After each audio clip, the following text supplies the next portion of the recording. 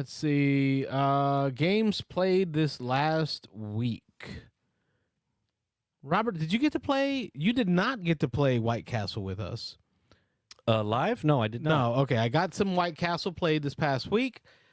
Played some solo as well. So really enjoying my plays of White Castle, solo and in multiplayer.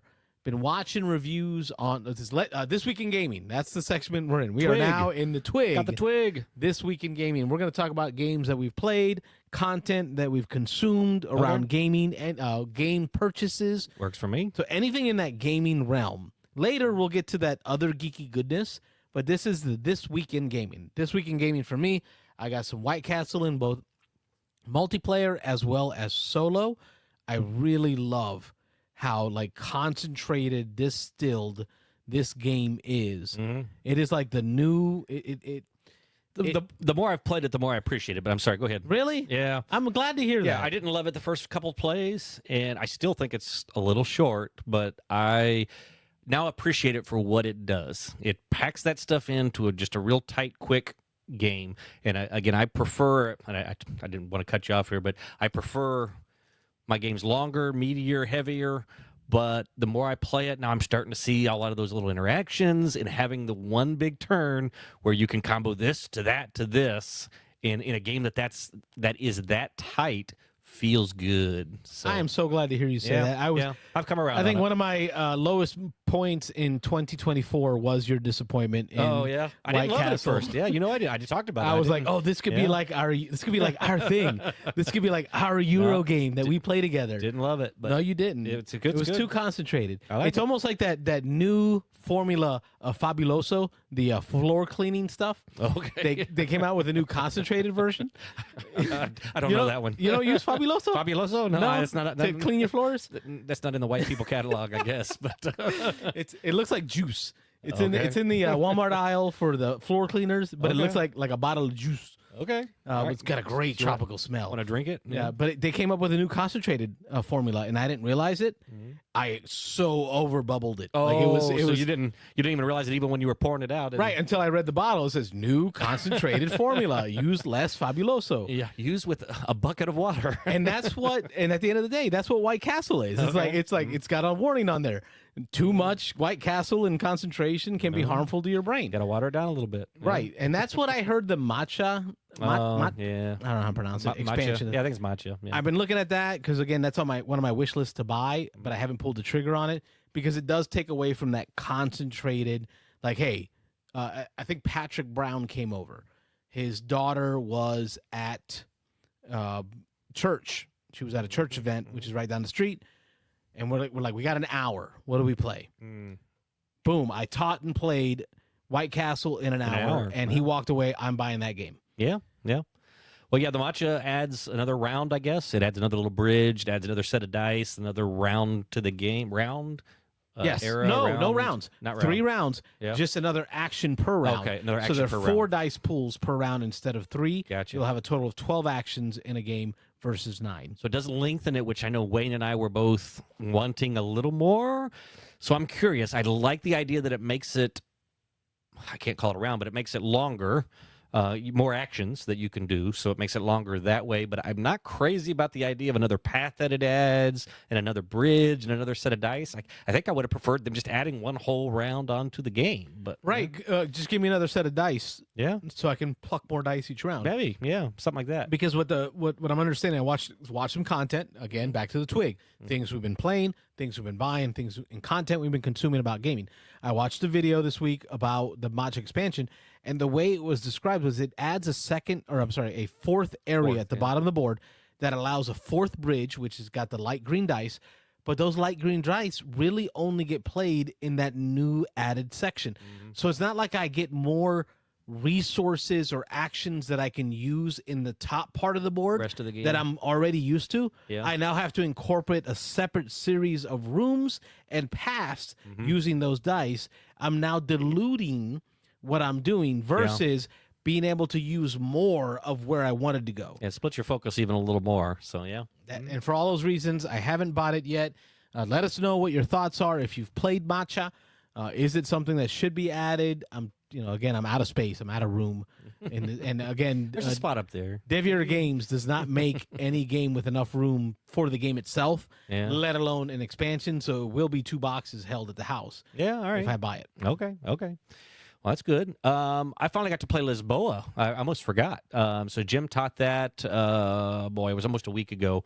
We were doing we were planning to play our next to last Clank Legacy, and we had somebody back out at the last minute. So it wasn't last minute, but a couple of days before they let us know. But anyway, we decided to go ahead and meet up, the 3 of us, and play Lisboa. So my first play ever. The other 2 had played several times, and I like it. As I posted on the Discord, I can see why this is probably Lacerda's best game. It's, I think, the highest rated of the Lacerda's. Is this the blue one, like the light blue game? Yeah, you're rebuilding the city of Lisboa. I guess historically it was hit by an earthquake, a tsunami, and a fire, all within like a couple of months of each other. So it burned the whole city down and flooded the city and leveled the city. And so you're rebuilding the city of Lisboa, and it's a pretty game. It is complex.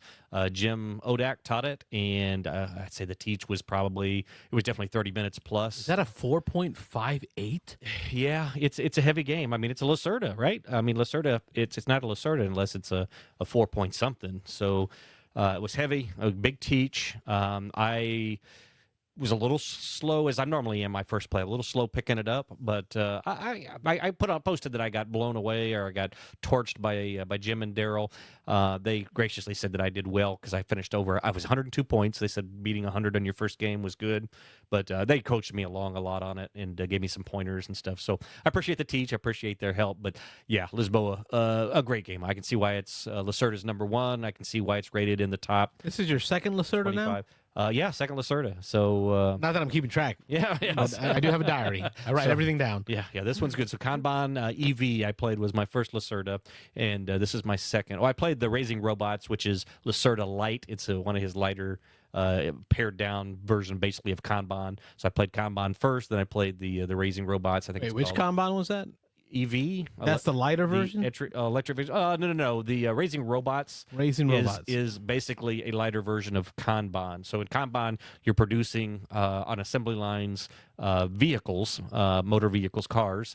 And then in Raising Robots, you're building robots. But it's the same kind of general mechanics, pared down, simpler, lighter. Is it Raising Robots? Oh, hold on. Is that Lacerda? Oh, I'll back it up. Double check. That actually doesn't look like the cover of the game that I played, but maybe it was. I didn't. Designer Brett Sobel and Seth Van Orden? No, it's another robot game that I'm getting the name confused. It's something robots. Okay. Maybe somebody in the chat can help me out with that. But anyway, so officially this is, I guess, my third Lacerda, although I'm still going to call it my second. But Lisboa, excellent game. I mean, everybody who likes heavier games bows to Lisboa, and I can see why. I mean, it's really cool. The themes there we go. That's the one. Was it Bot Factory? Bot Factory. I completely blew that. So Bot Factory. My apologies, but yeah, Bot Factory. I played this at the Dice Tower retreat, and had an interesting interaction, interesting game with the guy who was teaching it. But anyway, It's a 2.7. Yeah, that aside, this was a much lighter version, much more friendly version of it. But so if you're looking to get into Lacerda's, that's, I think, a great one, Bot Factory, if you think you want to maybe look at how he does things. And it's got very similar mechanics to Kanban EV, but there's fewer things going on, fewer options, fewer places to go, but same general mechanics in the game. So, but anyway, Lisboa, I had to mention that I'm dying to play on Mars. I want to try Weather Machine. There's tons of, I want to play all the Lacerdas eventually. But Lisboa is going to be hard to beat. So I think I've seen the top. Now I want to see everything in between. Bookends. There you go. You got my first Lacerda. Yeah, there you go. Basically, yeah. And then getting into his heavier stuff. Getting Lisboa, yeah. So anyway, that was my one big play. Other than the only other thing I played was Kinfire, and we'll get to that in a minute. But what's next on your list? I got a purchase of Harvest. Bought it a while ago. Yeah, but it's in Japan only, and it's got a great story. The story of this game is amazing. But it got shipped to me from Japan. It's all in Japanese rules only. The rules, the reference cards, all in Japanese. You can print out English rules for it. I think there's a fight going on right now internationally for the rights to produce this in the U.S. Oh, really? Wayne introduced me to this game back in, I think, last year. We played it a bunch at Dice Tower. I played it 5 or 6 or 7 times at Dice Tower last year. Yeah. It got back on my radar thanks to Chris Yee, who did a video on it. I don't know what brought him to talk about it again, but it reminded me of what a small footprint game. I love small footprint games you can take anywhere. And I got the itch. I ordered it. It came in, got it played solo. So I've had a lot of solo plays with it. Haven't played it multiplayer since I got my copy, but I did play multiplayer before. So Harvest, the story on this game is a owner of a train station asked somebody to come up with a game that they can sell there. Okay. At the train station back in 1992. Okay. We taking you back to like Dark Ages. Pre-Malone. I think Malone was born in like 96 or something. I was graduating high school in 92. Before Post Malone was born. So this was pre-Malone, 1992. This game was designed and purchased only at a very specific train station. In Japan, I see. In Japan, okay. The criteria that was asked for of the designer was it needs to fit on a table tray of a train station game they can buy at the train station and then play while on the train. Okay, cool. Back in 1992. Yeah, practical. I didn't get to hear about this game till now. Oh, yeah. And it is a take that harvesting game where you're playing cards in order to try to get 3 types of vegetables in a row, 3 type of crops in a row so that you can pull all those cards off the fields in order to score the cards. However, each player has their own set of fields. So, and your field is only a 2x2, Robert. It took me a little while to understand this math, but you cannot create a row of 3 cards if your field is only 2x2. Right, not on your own. Yep. Right. So you have to use somebody else's field in order to make that row of 3 cards. When you trigger a harvest with 3 cards in a row of the same crop, everyone's going to pull from their own fields. Well, cards vary from 40 points, 20 points, 10 points, -10, -20, -40 points. Nice. So when you pluck off your field, if you did it just right, you're only harvesting the positive cards while making your opponents harvest negative cards. Because you're going to be planting crops not only on your field, but also on your opponent's field. The game does a great job in the solitaire mode. It feels completely different because in the multiplayer mode, it's very much a take that game. You're playing your negative cards on other people's fields and playing the positive cards on your fields, but then you're watching people break your chain, meaning they'll see you with 2 corn in a row, but they'll put a tomato next in line, knowing that you won't be able to harvest that until that tomato's gone. Of course you will. Yes. In the solitaire game, it becomes much more of a puzzle game against the bot. The bot is literally going to be filling up fields as quickly as it can. Meanwhile, you need to trigger pools off the field, harvests off the field as quickly as you can, because if the bot is ever not able to place a card, meaning all the field spots are taken, you lose the game. So you kind of got to balance getting points for yourself while also triggering harvest for the bot's board, just clearing them, just to be able to clear the board. You don't the bot doesn't get any points. It doesn't care what it receives. Its goal is to kind of fill up the board and make it so that you can't place a card down and you lose that way. You win when you deplete the deck, and then you count all your points, and then it's a scale that you go by. So it's kind of beat your own score kind of a deal. But the footprint was small enough to play on an IKEA bed. What do they call these little breakfast things that you? Oh yeah, a little like a little breakfast tray, eating table, like a table tray. Yeah. I have this IKEA table tray that I can eat breakfast on in my bed or something, but I use it for board games. Of course you do. I cut out a neoprene mat to fit the imprint of it. Really? So it's the size of like a placemat. It's very small. You need a neoprene mat for your little bed table. Don't judge me. Don't judge me. Okay. This is how I get games in. Sure. But I played like 7 games last night Wow. in a row Okay. of Harvest Worth it. solo player. Worth it. Love it. Great game. Nice. Oh, and I bought it. Oh, yeah, you bought it. Of course you did. So there's my. That was a given. You didn't have to tell us that. That was given. Yeah. There's my copy. It comes in this. Let me share it here. Comes in a small box. It's all in Japanese. Did you get it imported? Yes, it came from. Like it got actually shipped. The box came in from Japan, and you can see I had to print my own versions of the rules on my printer, so I can have the rules for solo and for multiplayer. And then you can see the cardboard fields that come in the game, one of each color. Each player gets a color. It's I think 6 players, so anywhere between 1 and 6 players. And you're going to be abutted against other players trying to place the crops in rows so that you can harvest them. But you want to make it so that you harvest the positive point crops while making your opponents harvest the negative point crops. For sure. And there's a couple of special cards in there, the little tornado card. There's a tornado card and a harvest card. So the harvest card acts as a wild. You can place it and trigger a harvest immediately of anything in a row. And then the tornado card will wipe or discard any row of one crop when you place it as a wild. If you end the game holding on to the tornado or the harvest card, it's negative 50 points. Negative 50. 50 minus. So you really want to get those played. That hurts. Oh, But it's so fast and so easy. Mm-hmm. This is Harvest by 4 Games, published in Japan, distributed in Japan. I didn't bring all my show and tell, but it hit me while you were talking there that I did pick up one more game from Daryl from his sale. Daryl's trying to get rid of a bunch of games. So in the Discord, if you're interested in some games, Daryl's got a bunch up there. Go check out our Discord in the looking to sell section. And he's got a spreadsheet up there with prices that are great prices. He's just trying to move some games. He's downsizing for a move that he's coming up on.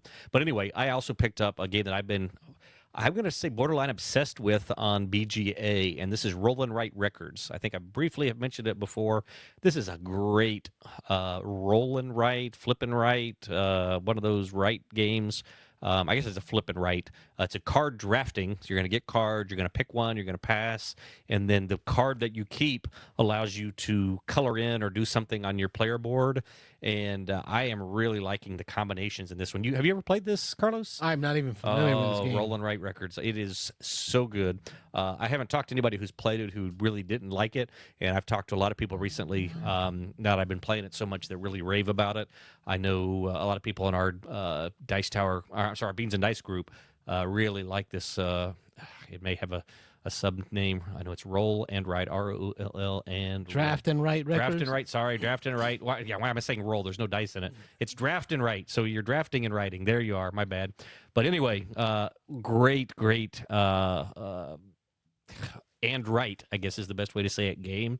But you're drafting. I love drafting to start with. X and Write. X and Write. There you go. Yeah. I love drafting to start with. So you're getting, I think it's 5 cards always. I don't think that varies depending on the number of player. But like I said, you're going to pick one, and then you're going to pass. And then after you reveal that card, and then you're going to fill in your player board with an action off of that card that you did. And so basically the theme, you've got these different areas of the board. One is you're moving your tour bus along to different tour stops, and you're going to get points for hitting different tour stops along the way, depending on where your bus and your tour ends. You've got a band that you're trying to build, so you've got a lead singer at the top. You've got supporting band members. It goes all the way down to the bottom, which is your road crew, just are people moving boxes and stuff for you. And you're drafting those cards and filling them in as you match up different symbols on the cards. As you color them in, you trigger bonuses in other areas where you can go and fill in some boxes on another area of the board. You've got a couple little tracks of making music videos. You fill in so many things, and you get to make a cassette tape or a video, which allows you a bonus that you can go to another section and color in a box in another section. So lots of combo-y goodness in this game. So I think this is one you would like quite a bit, Carlos. I'll have to bring it over now that I own it. I've been playing this a lot on BGA. I've probably got 30 or 40 games of it in. I've played everywhere from 2 players to 4 players. It seems to scale well. And again, I'm a big fan of drafting, and so any card drafting is always fun for me. And this combines that drafting with the and right part of it, with all the combos that can pop off. And so usually you're comboing maybe one thing per turn, but you're going to have those turns where you do a thing that colors in a box over here that allows you to go color a box over in that section. If you put it in the right place, you're going to color in a box in another section. And so Draft and Write Records, Draft and Write, great game. I recommend it to anybody who likes these kinds of games. I believe it only plays to 4. It's not. I know a lot of these X and Write games can play a bunch of people. You can play 10, 20, 30, 40 people. I believe this one only plays up to 4. I think it's probably because that drafting mechanic where you're having to pass the cards around.